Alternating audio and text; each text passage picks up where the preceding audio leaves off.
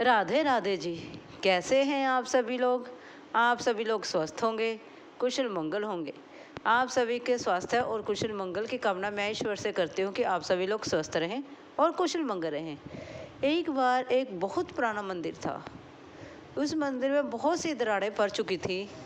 एक बार बहुत तेज बारिश हुई, आंधी तूफान चला और उस मंदिर की जो दरारें हैं वह और भी ज़्यादा बड़ी होने लगी और मंदिर थोड़ा थोड़ा करके ढहना शुरू हो गया।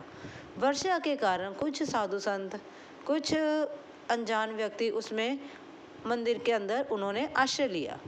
जब उन्होंने आश्रय लिया तब मंदिर की दरारें जो हैं बड़ी हो गई और मंदिर आसपास से ढहना शुरू हो गया।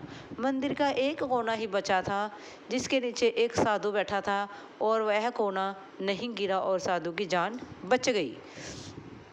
तब साधु ने सोचा, जब अगली सुबह हुई तब साधु ने सोचा क्यों ना इस मंदिर की द्वारा से निर्माण किया जाए। हो सकता है भगवान ने मुझे इसलिए इस मंदिर में भेजा हो कि मेरे ही हाथों से इस मंदिर का चंदा इकट्ठा हो और इस मंदिर का निर्माण हो। उस साधु ने हौसला कर कर सारे गांव में, सारे शहर में उसने चंदा इकट्ठा करना शुरू कर दिया। उसने दुकान दुकान जाकर, घर घर जाकर बहुत सा चंदा इकट्ठा किया और एक बुढ़िया जो किसी दूसरे के घरों में आटा पीसती थी, वह आटा पीसने के बाद जो भी कमाई करती थी उसने उस कमाई में सिर्फ 4 आने ही जोड़ पाई और थोड़ा सा कुछ आटा वह जोड़ पाई, क्योंकि वह तो बहुत गरीब थी और शरीर से भी वह बहुत बुजुर्ग थी। तो वह कितना कार्य करती, महीने भर में इतना सा ही जोड़ पाई थी वह। और फिर इसी प्रकार से उस साधु ने घर घर जाकर और दुकान दुकान जाकर बहुत सा धन इकट्ठा किया। किसी ने 100-100 रुपये दिए, किसी ने 200-200 दिए। हर व्यक्ति ने अपनी समर्था के अकॉर्डिंग, किसी ने 500, किसी ने 200, किसी ने 100, जिसका जितना बन पड़ा उसने वह दिया। और इस प्रकार से उस मंदिर का निर्माण दोबारा से हुआ। जब उस मंदिर का निर्माण हुआ फिर पूजा पाठ जो है बहुत श्रद्धा भावना के साथ की गई और प्रसाद भी हुआ, लंगर प्रसाद किया गया। सभी लोगों ने बहुत ही रुचि के साथ, श्रद्धा भावना के साथ प्रसाद ग्रहण किया। और फिर अंत में उस साधु ने एक बहुत से बड़े पर्चे पर उन सभी व्यक्तियों के नाम लिखे हुए थे जो उन्होंने अपने अपने खजाने से, अपनी अपनी नेक कमाई में से जो जो उन्होंने दान किया था।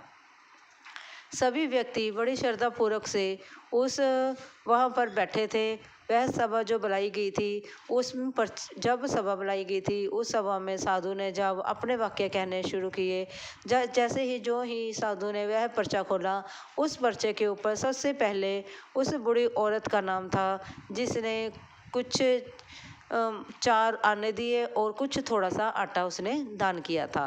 जब साधु ने उन सभी को सभा में बताया कि सबसे बड़ा दान जो किया है इस बूढ़ी औरत ने किया है, सभी बहुत हैरान हुए।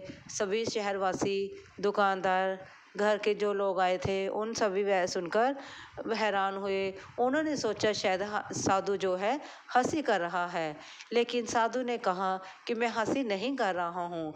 इस औरत ने, इस बुजुर्ग औरत ने मुझे 4 आने दिए और कुछ आटा दिया जो यह एक महीने भर से जोड़ रही थी इस मंदिर के लिए, क्योंकि यह खुद नहीं कमाती, इसके कमाने के घर में कोई जरिया नहीं है।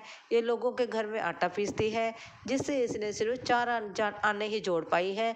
यह इसकी सारी उम्र की लालो, सारे महीने की लाल, यही इसकी सबसे बड़ी कमाई थी जो इसने मुझे, जो कुछ था इसने मुझे मंदिर के लिए दान कर दिया।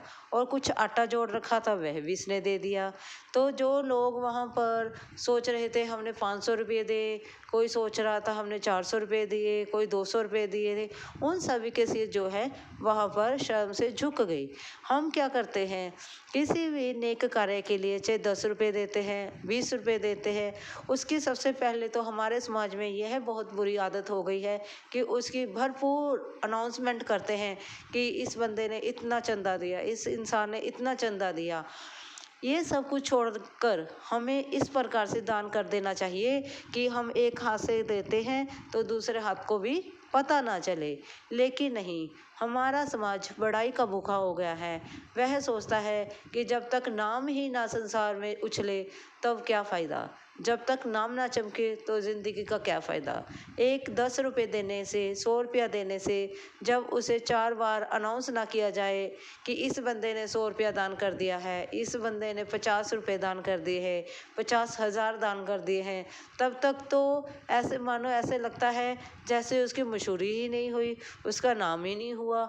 इसलिए हम सब दिखावे की दुनिया में चले गए हैं। हमें इस सब को छोड़कर हमें उस आसान सी और साधारण ज़िंदगी में कदम रखते हुए यह सोचना चाहिए हम जितना ज़्यादा से ज़्यादा हो सके हम भरपूर दान करें, और दान इस प्रकार से करें कि एक हाथ से कर कर दूसरे हाथ को पता ही ना चले कि हमने क्या दान कर दिया है।